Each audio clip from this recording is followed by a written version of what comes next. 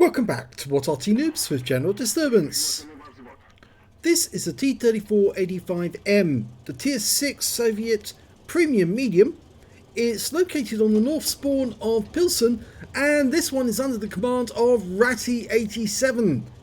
Now, he's got the Des Games team logo on the side of his vehicle. Well, I suppose we can forgive him for that. After all, Des Games is a well-known Arty hater. But the T-34-85M is a very good medium, especially as it's a premium. It means that he's going to earn extra XP. It's got an 85mm gun, and it's capable of 180 alpha, penetrating 144mm of armor with standard, goes up to 194 with the premium. And he's headed off to the east side of the map. Normally the reserved for light tanks, tank destroyers, and, well, a few mediums, I suppose. I wonder what he's going to do next with this one. Well, he's just driving straight out in the open, really. And, well, he might be spotted any second by that T-37 or that VK-30-02M over to his right. But he's headed straight for the railway line. Not a care in the world. Let's see how he gets on. He's locked on. Gets his first round in. High roll. And he gets another hit. Can he ram kill? Yes, he can. And he uses the wreck for cover from the Cromwell B. Okay. Pulls back. Oh, bounced around from a T-34-85M. Same as him. Using the ridgeline for cover.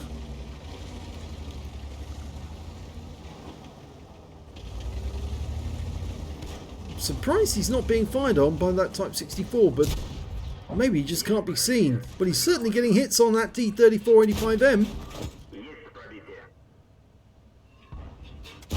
Yep, one more shot, that guy's out the game. And a kill. So 2 kills now for Ratty. That Type 64 is coming down from the ridgeline now. I think he realises he's in a bit of trouble, because there's quite a large force coming towards him when he's actually going to the coal pits, which is not what I expect.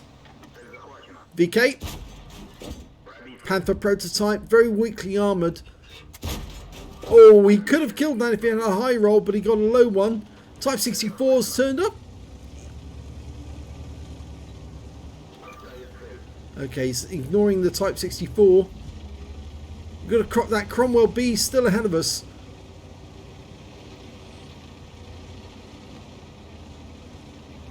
He seems to have put a couple of rounds into the Hellcat. 1 round in. He'll need at least 2 more, maybe 3 actually, to kill the Cromwell.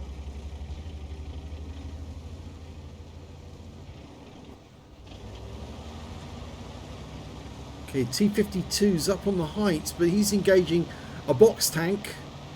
So it's going to be down to us to kill the Cromwell. He's not auto-aimed on. That's not going to work, because the rest of his hull's behind the coal. And unfortunately, we just lost the Hellcat. But he is a 2-shot, the Cromwell. So we're only going to shape 1 round. That's it. He got 1 hit in. We'll kill him with the next one. He gets 1 shot in, but we kill him with the next round. No problem. So took 2 rounds from the Cromwell. It's not a huge amount on that trade, but if he can kill some of these guys with 1 shot, that will certainly help. Okay, box tank. He could kill that with 2 rounds. It's auto-aimed on. Yep, nice. Next one will kill him. Yes! 4 kills. He's really going for it.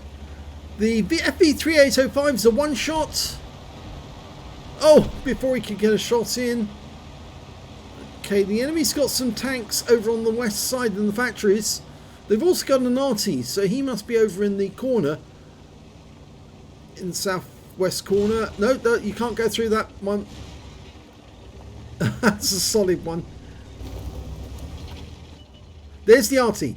Now, take him from range. When he gets 1 in, he needs 1 more to kill. Oh, we tracked him. Oh, no, don't stop shooting at him. Go for the M6. Yeah, 1 in. He's going for the maximum damage, I think. Unfortunately, the Hummel's now dead, so he can't claim that kill. But he can damage this M6. In fact, I think he's a two-shot now. Goes for the turret, yes.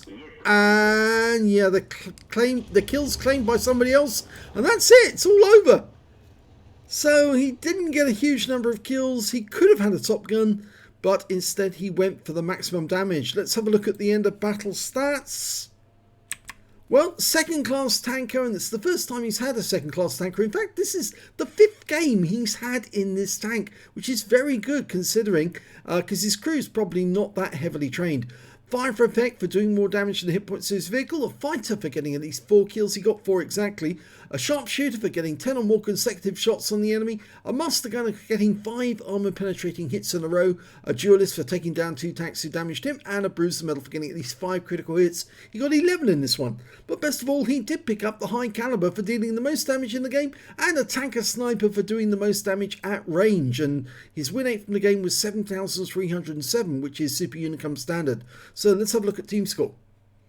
Well, he managed to get 2,714 hit points out of this game. The next highest scorer was the T-52 on his team with 1,658, but he only has a 57mm gun, so of course he has to fire a lot more shots to rack up the damage. 948 hit points went to the Cromwell B that he exchanged fire with, and when it came to kills, he had the highest number of kills as well. 4 kills for him, 2 for the T-52, the M44, the MT-25 and the OI. Nobody on the enemy team managed to get more than 1 kill.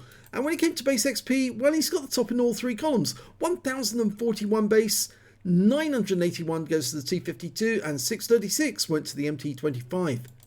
He fired 21 rounds, got 20 direct hits and 17 penetrations. Damage of 2,714 hit points, of which 1,616 were at more than 300 meters. He received 4 hits, 2 of them were penetrations, both of them came from the Cromwell B, and 2 non-penetrations as well. Damage of 295 hit points, damage blocked of 295. He damaged 7 of the enemy, killed 5, and did 42 hit points of damage assistance, plus he got 32 cap points while he was sitting in the gap. On a premium count, he earned 55,388 credits, and after repair and ammunition resupply took away 50,211 credits. He received 2 bonds, one for the high caliber, or one for the tanker sniper, and he also picked up 1,561 XP for the game, times 2 for the first victory, 469 for this being a premium vehicle, and it does earn a nice amount of premium XP, and took away 3,592 experience points altogether. The T-34-85M is one of the most versatile mediums in the game, apart from the Cromwell B, which I think is a choice for a lot of players who are playing Clan Wars and the like. The T-34 does generate credits, it does generate XP, and so it's a very good crew trainer. But I think more than anything, it's just fun to play because it's got a nice steady gun which will generate 180 alpha or thereabouts. And so it can do a lot of damage, and if you play it well, you can defeat same tier tanks and possibly even higher tier tanks if you play it right. So yes, it's quite a decent tank, and I'm glad that Ratty's finally discovering how good it is. It won't be long before he gets an ace tanker at this rate. If you enjoyed that replay, please give this video a like and do subscribe to our channel please, and thanks for watching.